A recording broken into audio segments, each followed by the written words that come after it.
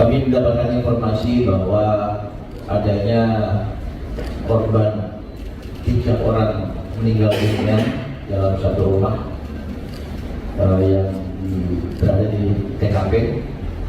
Adapun korban yang diidentifikasi yaitu yang pertama seorang ibu-ibu inisial SS umur 50 tahun, kemudian seorang perempuan AF 27 tahun, kemudian seorang laki-laki atau anak inisial AD umur 14 tahun. Kemudian di TKP juga terdapat satu orang laki-laki inisial MK umur 24 tahun. Kasus kematian satu keluarga yang terdiri dari ibu dan 2 anak di Warakas, Jakarta Utara rupanya aksi pembunuhan berencana. Mirisnya pelaku pembunuhan adalah anak ketiga korban yang mengaku dendam dengan keluarganya. Dalam konferensi pers pada Jumat 6 Februari, polisi mengungkap pembunuhan dilakukan pelaku bernama Abdullah Syauki Jamaluddin berusia 22 tahun seusai merayakan malam tahun baru. Kasat Reskrim Polres Metro Jakarta Utara AKBP Onkosino Grandiarso Sukahar menjelaskan pelaku Syauki sakit hati dengan ibunya karena merasa diperlakukan berbeda. Hasil pemeriksaan menunjukkan tersangka memiliki hubungan tidak harmonis dengan keluarganya sejak Desember 2025. Syauki dendam lantaran kerap dimarahi dan dianggap malas bekerja. Kemudian pada 31 Desember 2025, sekira pukul 8.30 WIB, pelaku membeli 1 bungkus racun tikus di wilayah Bahari, Tanjung Priok. Selesai bekerja di gudang kargo Sunter, pelaku merayakan malam tahun baru dengan minum minuman keras bersama rekan kerjanya dan menginap di tempat kerja. Kemudian keesokan harinya pada 1 Januari 2026, sekira pukul 10.21 WIB, tersangka pulang diantar rekannya. Pada pukul 7 malam, tersangka dimarahi oleh ibu dan kakaknya karena kebiasaannya pulang pagi. Lalu malam harinya sekitar pukul 10 malam, tersangka menyiapkan minuman teh yang dicampur racun tikus dan menyuapi korban yang tengah tidur satu persatu hingga meninggal. Tersangka kemudian membakar kembang api dan mengarahkannya ke tubuhnya sendiri, seolah-olah ikut jadi korban. Tubuh para korban dan tersangka ditemukan oleh anak kedua korban berinisial MK yang kemudian melaporkannya ke warga dan polisi. Saat ini, tersangka telah diamankan dan menjalani proses hukum di Polres Metro Jakarta Utara. Polisi masih melengkapi berkas perkara termasuk keterangan ahli terkait kandungan zat racun yang digunakan. Baik, terima kasih Pak Kabid Humas. Langsung saja, Bismillahirrahmanirrahim. Jadi pada tanggal 2 Januari 2026 pada pukul 7.30 kurang lebih, kami mendapatkan informasi bahwa adanya korban 3 orang meninggal dunia dalam satu rumah yang berada di TKP. Adapun korban yang diidentifikasi yaitu yang pertama seorang ibu-ibu inisial SS umur 50 tahun, kemudian seorang perempuan AF 27 tahun, kemudian seorang laki-laki atau anak inisial AD umur 14 tahun. Kemudian di TKP juga terdapat satu orang laki-laki inisial MK umur 24 tahun. Setelah kami ditanyakan ke RT atau lingkungan sekitar, diketahui bahwa korban ini atau yang terdapat di lokasi adalah satu keluarga yang tinggal di satu rumah, yang mana ada seorang ibu dengan 3 orang anak. Nah, kemudian di lokasi juga yang menemukan ada satu orang laki-laki yang juga saudaranya. Jadi keluarga ini ada 4 bersaudara dengan 1 orang ibu, yang mana ayahnya sudah meninggal dunia sebelumnya. Kemudian 1 orang tersebut ditemukan dalam keadaan lemas di dalam kamar mandi. Kemudian penyidik melakukan tindakan pertama di TKP, antara lain memasang polis lain dan mencari saksi-saksi yang ada di lingkungan, termasuk mencari CCTV yang ada di sekitar lokasi.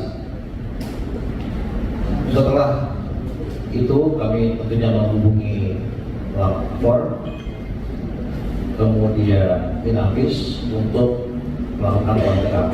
Mungkin untuk olah TKP bisa dilakukan lapor, dokter, dan juga bukti toksikologi serta hasil pemeriksaan saksi, hasil pengamatan kami berdasarkan barang bukti lainnya, sehingga kami menetapkan saudara S sebagai pelaku atau tersangka dari perkara peristiwa tersebut, di mana saudara S memang dengan sengaja meracun Misteri kasus kematian satu keluarga yang terdiri dari ibu dan dua anaknya di Warakas, Tanjung Priok, Jakarta Utara saat tahun baru lalu akhirnya terungkap. Ketiganya ternyata korban pembunuhan berencana yang pelakunya tak lain adalah anak ketiga korban bernama Abdullah Syauqi Jamaluddin. Sebelumnya, kasus kematian satu keluarga ini terungkap pada Jumat 2 Januari 2026 pagi. Saat ditemukan, ketiga korban dalam keadaan mulut berbusa dan ruam di tubuh. Selengkapnya mengenai informasi ini akan dilaporkan oleh wartawan Tribun Jakarta, Gerard Leonardo. Selamat sore Gerard, bisa dilaporkan apa motif pelaku nekat menghabisi nyawa ibu dan juga dua saudaranya ini? Apakah sebelumnya antara pelaku dan juga korban sempat berselisih? Ya, selamat sore Siska dan juga Tribuners dimanapun Anda berada. Dapat saya laporkan memang bahwa Polres Metro Jakarta Utara ini akhirnya melaksanakan rilis ataupun pengungkapan kasus terkait dengan temuan 3 orang satu keluarga yang ditemukan tewas di dalam kontrakan di Warakas, Tanjung Priok, Jakarta Utara pada 2 Januari 2026 lalu. Berdasarkan hasil penyelidikan dan pendalaman yang dilakukan pihak kepolisian dan juga bekerja sama dengan Pusat Laboratorium Forensik, ini diketahui bahwa kasus ini yang semula diduga ataupun dikira adalah kasus keracunan biasa, ternyata adalah pembunuhan berencana. Yang mana kasus pembunuhan berencana ini tak lain dilakukan oleh tersangka yang bernama Abdullah Syauqi, yang Abdullah Syauqi ini merupakan anak ketiga dari korban, seorang ibu bernama Siti Solihah, yang memang pada saat ditemukan 2 Januari lalu, Siti Solihah ini ditemukan mengenaskan tewas dengan dua anaknya, yakni anak pertamanya Afidah, seorang perempuan berusia 27 tahun, kemudian anak ketiganya ataupun anak terakhirnya yang diketahui bernama Adnan, ini berusia 13 tahun. Dalam kronologi kejadian ini diketahui pada 2 Januari ini anak kedua dari korban Siti Solihah ini berinisial MK yang berusia 24 tahun ini masuk ke dalam kontrakan tersebut dan menemukan anggota keluarganya yakni ibu dan juga dua saudara kandungnya ini sudah tewas mengenaskan. Sementara satu saudara kandung lainnya yang adalah Abdullah Syauqi ini dalam kondisi lemas di kamar mandi. Diketahui memang hasil penyelidikan dan juga pendalaman serta penyidikan oleh pihak kepolisian yang juga bekerja sama dengan Pusat Laboratorium Forensik dan juga Psikologi dari RS Polri Kramat Jati, ini motif daripada pembunuhan berencana yang dilakukan tersangka Ahmad Syauqi terhadap ibu dan dua saudara kandungnya ini adalah motif dendam, di mana hasil penyelidikan dan juga pendalaman Syauqi ini mengakui bahwa dalam kehidupannya di kontrakan tersebut ia selama ini tinggal bersama ibu dan 3 saudara kandungnya ini. Syauqi kerap kali menerima perlakuan yang dianggapnya perlakuan yang berbeda, di mana Syauqi ini sering dimarahi dan juga dianggap sepele oleh ibundanya atau almarhumah Siti Solihah dan juga kakak pertamanya yakni Afiah yang juga tewas dalam kejadian tersebut. Sehingga memang Syauqi ini akhirnya amarahnya memuncak, dan pada tanggal 1 Januari yang bersangkutan ini akhirnya merencanakan pembunuhan dengan meracuni ibu dan juga dua saudara kandungnya. Adapun pada saat Syauqi sempat pulang ke kontrakan itu pada tanggal 1 Januari 2026, ini memang dirinya juga sempat diomeli ataupun dimarahi oleh ibundanya dan juga kakak pertamanya. Di beberapa kasus sebelum ini juga Syauqi sempat dimarahi karena hal-hal yang sepele, dan itu pun terjadi kembali di tanggal 1 Januari. Siska. Baik, lalu saat kejadian, pelaku ini juga ditemukan dalam kondisi lemah dan juga sempat mendapat perawatan medis. Apakah ini juga termasuk cara pelaku untuk mengelabui polisi agar aksinya tidak ketahuan, Gerald? Ya, Siska dan juga Tribuners dapat saya laporkan juga berdasarkan hasil pendalaman yang dilakukan pihak kepolisian, memang betul bahwa tersangka Xiaoqi ini pada saat pertama kali pada tanggal Januari kontrak tersebut ini memang yang bersangkutan ditemukan di kamar mandi dalam kondisi sadar namun lemas. Dan setelah yang bersangkutan ini juga diamankan oleh pihak kepolisian melakukan penyelidikan dan menggali keterangan dari tersangka Xiaoqi, juga mencocokkan temuan-temuan dari TKP dan juga dari hasil penyelidikan laboratorium forensik. Diketahui bahwa memang Xiaoqi ini ternyata merencanakan untuk mengelabui petugas dengan cara memang menunjukkan seolah-olah yang bersangkutan ini dalam kondisi lemas. Hal itu dilakukannya dengan cara pada saat Xiaoqi ini setelah meracuni ibu dan juga dua saudara kandungnya, yang bersangkutan ini masuk ke dalam kamar mandi dan menembakkan beberapa kembang api yang memang dibawanya dari perayaan malam tahun baru atau 1 hari sebelum kejadian yang bersangkutan membunuh anggota keluarganya ini. Xiaoqi masuk ke dalam kamar mandi dan menembakkan kembang api ke dirinya sendiri. Hal ini akhirnya membuat Xiaoqi memang terkena ledakan dari kembang api yang ia ledakan sendiri, dan akhirnya memang dalam kondisi tubuh yang lemas. Namun memang saat yang bersangkutan ditemukan oleh pihak kepolisian ini, Xiaoqi memang sempat tak sadarkan diri hingga akhirnya dibawa ke RS Polri Kramat Jati untuk dirawat, sekaligus juga didalami keterangannya, sampai yang bersangkutan ini memang pada tanggal 3 Februari 2026 lalu akhirnya selesai menjalani perawatan di RS Polri Kramat Jati, dan akhirnya resmi ditetapkan tersangka oleh pihak kepolisian untuk mempertanggungjawabkan perbuatannya melakukan pembunuhan berencana terhadap ibu dan juga dua saudara kandungnya. Siska. Baik, lalu apa hasil pemeriksaan forensik terkait kematian ketiga korban ini, Gerald? Ya, dapat saya laporkan Siska dan juga Tribuners, memang Polres Metro Jakarta Utara dalam penyelidikan kasus ini melibatkan laboratorium forensik dari Mabes Polri dan juga ahli toksikologi dari Universitas Indonesia, di mana memang hasil penyelidikan dari tubuh ketiga korban ini diketahui memang ketiga almarhum ataupun ketiga korban tewas ini memang dalam tubuhnya didapati kandungan racun yang memang hasil penelusuran yang dicocokkan dengan keterangan dari tersangka, memang racun ini adalah racun tikus yang sempat dibeli oleh tersangka sebelum melakukan aksinya pada tanggal 1 Januari 2026. Adapun Siska dan juga Tribuners, dapat saya laporkan memang tersangka Ahmad ataupun Abdullah Xiaoqi ini melakukan aksinya dengan cara membeli kapur barus dan juga racun tikus sebelum akhirnya ia pulang ke rumahnya dan merencanakan aksi pembunuhannya, di mana ada dua proses yang dilakukan oleh tersangka Xiaoqi ini. Proses pertama yaitu tersangka Xiaoqi ini dengan membawa panci sempat memasukkan air dan juga teh yang kemudian direbus bersama dengan campuran dari kapur barus. Adapun proses pertama ini, asap yang timbul dari pembakaran ataupun perebusan kapur barus ini akhirnya memenuhi seisi ruangan rumahnya, yang hal itulah membuat ibu dan juga dua saudara kandungnya ini sempat pingsan. Sementara Xiaoqi ini mengantisipasi dengan cara memasang 4 lapis masker pada hidung dan juga mulutnya supaya yang bersangkutan tidak menghirup asap yang ditimbulkan dari kapur barus ini. Kemudian setelah ibu dan juga dua saudara kandungnya ini pingsan, Xiaoqi kemudian mencampurkan cairan teh dan juga kapur barus yang sudah sebelumnya direbus di dalam panci ini dengan racun tikus yang sempat dibelinya.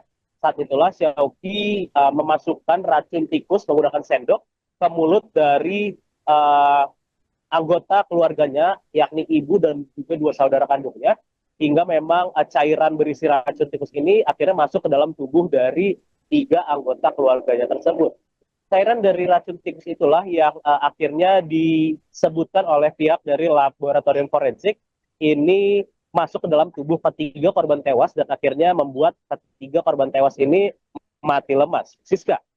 Baik, pelaku melakukan perencanaan pembunuhan dengan begitu matang, melakukan pembunuhan terhadap ibu dan juga dua saudara kandungnya. Setelah itu membuat melukai dirinya sendiri. Lalu bagaimana hasil pemeriksaan kondisi kejiwaan pelaku, Gerald?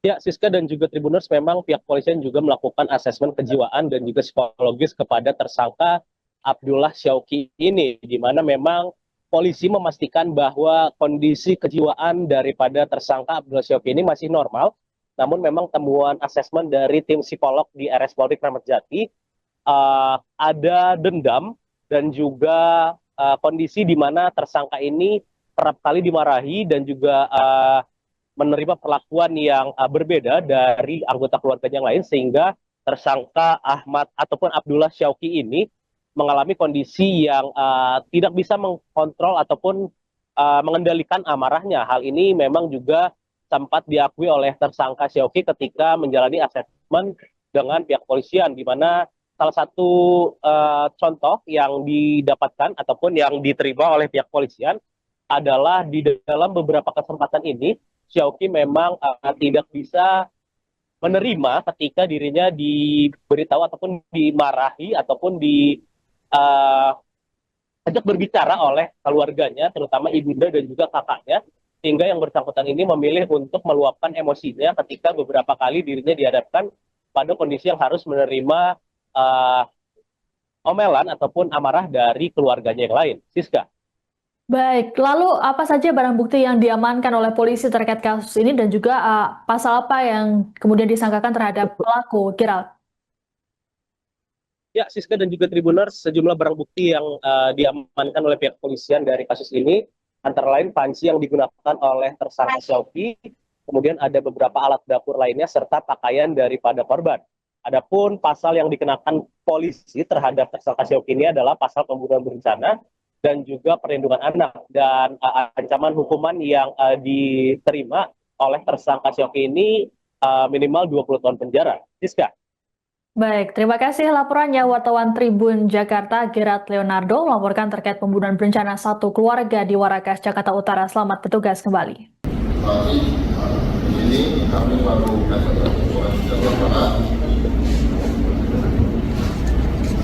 menjelaskan mengenai rangkaian penyidikan dan penyidikan yang kita lakukan. Jadi pada tanggal 2 Januari kita ada informasi penemuan meninggal 3 orang tersebut, kemudian kita lakukan olah TKP. Setelah itu untuk korban-korban kita melakukan otopsi di rumah sakit Polri yang dilakukan oleh dokter forensik. Kemudian pada 2 orang yang pada saat itu sudah ditemukan, saudara S dan itu juga kita bawa ke rumah sakit untuk melakukan pemeriksaan dan sudah diperiksa kesehatan jiwanya. Kemudian setelah pemeriksaan ini berjalan, hingga akhirnya pada tanggal 4 Februari atas hasil pemeriksaan dari lapor, dokter, dan juga bukti toksikologi serta hasil pemeriksaan saksi, hasil pengamatan kami berdasarkan barang bukti lainnya, sehingga kami menetapkan saudara S sebagai pelaku atau tersangka dari perkara peristiwa tersebut, di mana saudara S memang dengan sengaja meracun ke 3 korban tersebut. Juga dari hasil pemeriksaan kami, motivasi dari pelaku adalah dendam kepada keluarganya karena merasa diperlakukan berbeda dan sering dimarahi oleh ibunya.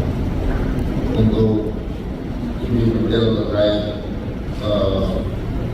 bukti-bukti forensik dan kandungan akan disampaikan oleh salah satu yang kami lakukan. Download Tribun X sekarang, menghadirkan lokal menjadi Indonesia.